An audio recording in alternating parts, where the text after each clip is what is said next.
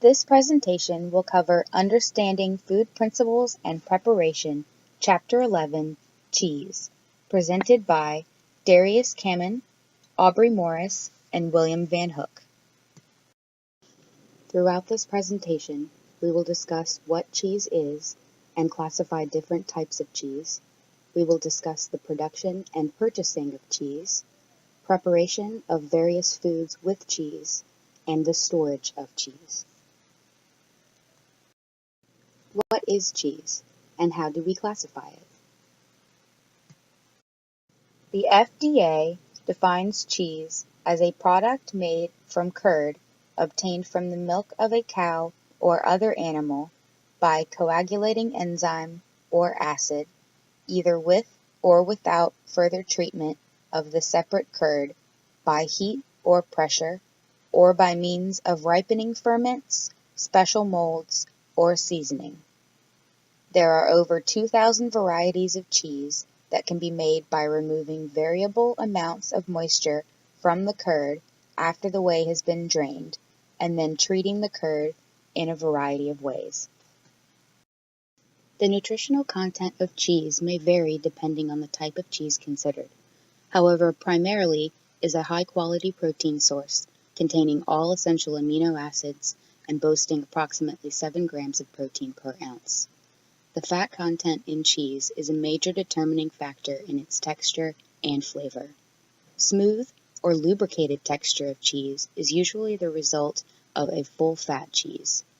Lower fat cheeses may have no or somewhat off flavors due to their higher moisture content.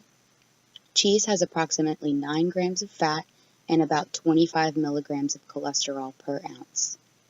Cheese is low in carbohydrates because most of the lactose, the primary carbohydrate in milk, is drained off with the whey during production.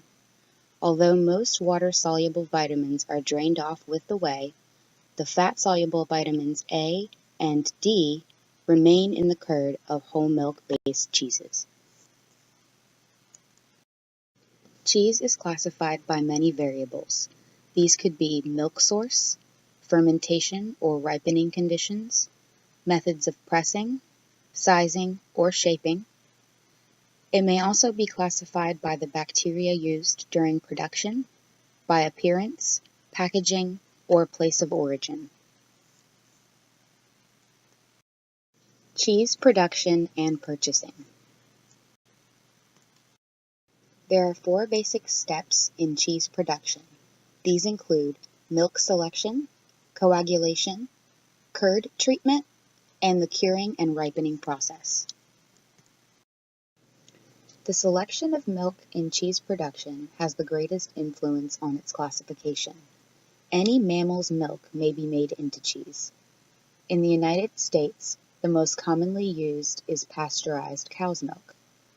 The homogenization of milk is commonly used in soft cheese production. This process breaks down fat within the milk into smaller droplets, evenly suspending them, inhibiting separation. Cheeses made from homogenized milk result in a soft, more moist cheese, and non-homogenized milk usually results in a harder, drier cheese. The FDA requires pasteurization of fresh or ripened soft cheeses. Raw or unpasteurized milk is allowed by the FDA to be used for harder cheese, such as cheddar, however must be aged at 30 degrees Fahrenheit or higher for at least 60 days to reduce the growth of harmful bacteria. Coagulation is the clotting or solidification of casein protein within milk to remove whey. The resulting solidified casein protein, or curd, is where most protein, fat, and micronutrients are concentrated. Cheeses may be produced using enzymatic or acidic coagulation.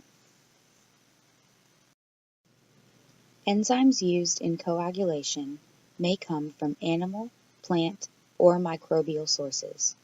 In addition to enzymes, bacteria, molds, or yeasts are often added during this coagulation process to influence texture, flavor, or color. Animal-based enzymes are often referred to as chymosin. This is derived from the word chyme, or gastric liquid, and are obtained from a milk-fed calf's fourth stomach. Cheeses manufactured using plant or microbial sources are products often adherent to kosher or halal dietary laws. During enzymatic coagulation, milk is heated to a temperature of 72 to 95 degrees Fahrenheit before the desired enzyme is added. This provides an ideal environment for enzymatic and bacterial growth. Although this process occurs in under an hour, catalysts may be added to speed up coagulation, such as calcium chloride. Acid coagulation can be achieved by two methods: adding acid directly to the milk or inoculating it with a bacterial starter to acidify the milk and convert lactose to lactic acid. This process takes about 4 to 16 hours and results in a loss of 1/4 to 1/2 of the milk's original calcium, but produces a soft, spongy curd. Curd texture is determined by pH level. Lower pH or more acidic pH results in a more solid or compact curd. Due to high acidity levels and their ability to inhibit bacterial growth, acidically coagulated cheeses are not typically aged. Curd treatment is the process of removing any additional whey from the curd. This can be done by cutting, heating, salting, kneading, or pressing. Slicing or cutting curd increases surface area, allowing more whey to be removed. Heat may be used to encourage evaporation of any additional whey, or the addition of salt to control bacterial growth and aid in further dehydration. Some cheesemakers also utilize a process called kneading, where the curd is melted into a solid mass using heat, or a process called pressing, which creates a solid mass by being under a box or container under pressure. The flavor of cheese originates from a combination of over 300 different volatile and non-volatile compounds, which develop during the curing and ripening process. The curing process is the aging of cheese in controlled conditions of temperature and humidity. Depending on the type and variety of cheese being made, temperature may range from 36 to 75 degrees Fahrenheit. Humidity should be higher for mold-ripened cheese, such as Roquefort or Blue. Ripening is the chemical and physical changes that occur during the curing process, which can take anywhere from 4 weeks to 2 or more years. The factors that influence flavor during this ripening process include bacteria or molds that contribute to aroma, flavor, and texture, the breakdown of proteins and amino acids, the conversion of lactose to lactic acid, the breakdown of fatty acid into shorter volatile fatty acids, and glycolysis, where lactose is metabolized. The whey removed during coagulation that has been separated from its water content contains most of the lactose removed from the curd, water-soluble vitamins such as B vitamins and minerals found in the original milk, and additional whey proteins. Coagulation determines the type of whey which is produced. Enzymatic coagulation produces sweet whey, whereas acid coagulation produces acidic whey. Fresh whey is often processed quickly into whey cheeses. Dry condensed whey is primarily used for feeding livestock or as an ingredient in processed foods such as baked goods, beverages, sauces, salad dressings, cheese products, and many more. Processed cheese is made by combining different varieties of natural cheese and then pasteurized to stop further ripening. When the mixture is partially cooled, it is then formed into blocks and cut into slices wedges, or other desired shapes. Processed cheese may be made in a variety of ways. Cold pack cheese, which is cheese that has been blended with milk byproduct and spices, creates a spreadable cheese. Because there is no heat used in this process, cold pack cheese requires the use of pasteurized milk. Processed cheese food results in a milder flavor and softer texture and tends to melt quickly. It is required to have 51% natural cheese combined with additional ingredients such as milk, cream, oil, and whey. Popular processed cheese foods can be seen in the image here. Processed cheese spread is made similarly to processed cheese food, however added liquid and emulsifiers reduce its milk fat, resulting in a softer, more spreadable cheese than processed cheese food. Imitation cheese is a cheese-like product in which the milk fat used in natural cheese is replaced by vegetable oil. This results in a similar texture and flavor, but lower cholesterol and sodium, and a less expensive manufacturing process. Cheeses are graded using the USDA grading system and the grades of 2A, A, B, and C. They are evaluated based on variety, flavor, texture, color, and appearance. This grading system functions to ensure that a product produced in a plant meets minimum USDA quality and sanitary standards. There are no set grading regulations for processed cheeses. Cheeses may be sold in a variety of forms, most commonly in blocks such as rectangles, triangles, and circles. They may also be shredded or sliced for ease of preparation or individually wrapped for portion control. Cheese powders are typically used as seasoning by the food industry. Food preparation with cheese. Cheese is often used as an ingredient to add flavor, color, or texture. When preparing foods with cheese, it is important to make your decision based on the functional properties desired and the temperature at which the cheese will be used.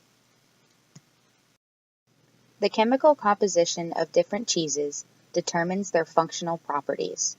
The functional properties such as shreddability, meltability, oiling off, blistering, browning, and stretchability dictate how they will be used during food preparation. Not all cheeses shred uniformly, which is important for cost control in food service operations. Higher fat or moisture content determines a greater meltability. The oiling off or release of free fat has an effect on visual appeal. Blistering, or the formation of bubbles that brown or pop when heated, develops depending on the cheese's age.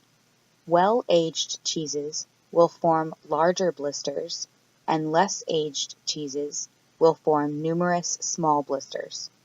Excessive browning may occur due to excess of sugar, amino acids, or lactose.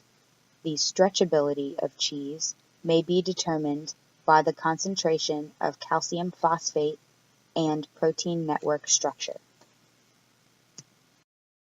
It is important to consider temperature during food preparation when cooking with cheese. High heat or prolonged cooking may toughen cheese proteins, causing fat to separate and oil off. Cheese used in sauces or other dishes should be added during the last stages of preparation to prevent separation. Semi-hard or hard cheeses should be removed from refrigeration prior to serving and allowed to reach room temperature for best flavor. However, unripened cheeses such as cream cheese or cottage cheese should always be served chilled. Cheese knives come in different shapes and each is designed for a specific cheese. Triangular-shaped knives with short blades should be used with very hard cheeses. A skeleton knife with large holes cut out of the middle of the blade should be used for soft cheese. An all-purpose cheese knife with a fork end may be used to transfer individual cheese pieces to serving plates. When serving cheeses, to prevent them from drying out, one can either cut cheese just before serving or allow guests to cut their own. Storage of cheese. Most cheeses should be refrigerated or frozen. However, processed cheese may be stored at room temperature in its original container for up to 4 months. Packaged dry cheeses, such as Parmesan, may be kept at room temperature for up to 1 year. When refrigerating fresh cheeses, they should be stored in a refrigerator drawer where humidity and temperature are highest. Most cheeses are best refrigerated in their original package. However, once opened, they should be re-wrapped as tightly as possible using plastic wrap or a sealable bag.